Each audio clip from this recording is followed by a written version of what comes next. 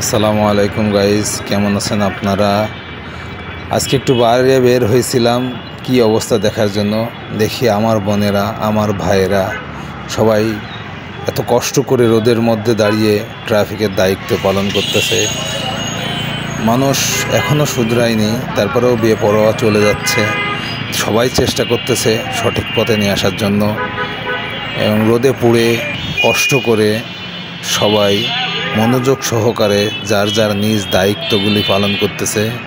তাই আর দেরি করলাম না, একটা ছোট্ট ভিডিও বানিয়ে ফেললাম আপনাদের জন্য, দেখানোর জন্য যে আসলে আমরা ইচ্ছা করলে সবাই সব কিছু পারে। মানুষের মনোবলই আসলে অনেক কিছু। বর্তমান সময়ে বাংলাদেশে কোনো পুলিশ নাই কোথাও, শুধু যে রাস্তা পার করতেছে তা না, মুরব্বী, ময়মুরব্বী, রোগী সবাইকে আগে বের হওয়ার সুযোগ করে দিচ্ছে এবং হাত ধরে রাস্তা পার করিয়ে দিচ্ছে। পুলিশবিহীন বাংলাদেশ, তারপরেও সবাই যে এত সভ্যভাবে চলাফেরা করতেছে দেখে খুব ভালো লাগছে। স্টুডেন্টরাও খুব চেষ্টা করতেছে যানজট নিরসনের জন্য, ছোট থেকে বড় সবাই খুব আনন্দের সহিত কাজ করতেছে। আমাদের অনেক ভাই, অনেক মুরব্বী যারা দেখে খুব ভালো, সবাই ভালো বলতেছে যে ছাত্ররা খুব ভালো কাজ করতেছে এবং এগুলো ভালো হচ্ছে আর কি।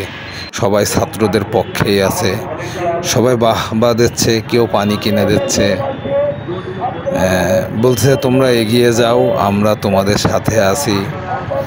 বিশেষ করে যেটা আজকে দেখে বেশি ভালো লেগেছে, আমার বোনেরা রাস্তায় অনেক কষ্ট করতেছে, অনেক ভাইয়েরাও করতেছে, কিন্তু বোনরা একটু ডিফারেন্স, কারণ মায়ের জাতি নরম জাতি আর কি।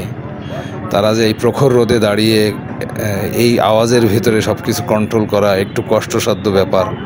মানে একটা পুরুষ যে চাপ নিতে পারে, একটা মা এই রাস্তার এই চাপ ওইভাবে নিতে পারে না জানা মতে। আল্লাহ সবাইকে ধৈর্য ধরার তৌফিক দান করুক। আর আমরাও যেন ট্রাফিক আইন মেনে চলি, সবাই রাস্তায় বের হয়ে যত্রতত্র গাড়ি না রেখে, যত্রতত্র যেভাবে স্পিডে গাড়ি না চালিয়ে সবাই সব কিছু মেনে চললে আমার মনে হয় সব ঠিক হয়ে যাবে। আমরা সবাই নিয়মের মধ্যে আসতে পারি, নিয়ম মেনে চলতে পারি। আমাদেরকে আল্লাহ ধৈর্য দান করুক এবং নিয়ম মেনে রাস্তায় চলতে পারি, ট্রাফিক আইন মানতে পারি, সেই তৌফিক দান করুক। এখানে স্টুডেন্টরা যে শুধু গাড়ি ঠেকাচ্ছে তা না, আমি দেখলাম একজনকে ধরে বলতেছে যে আপনার হেলমেট নাই, সেই সচেতনতা করতেছে। আল্লাহ সবাইকে ধৈর্য দান করার তৌফিক দান করুক। তাই আর আজকে বেশি কিছু বলবো না।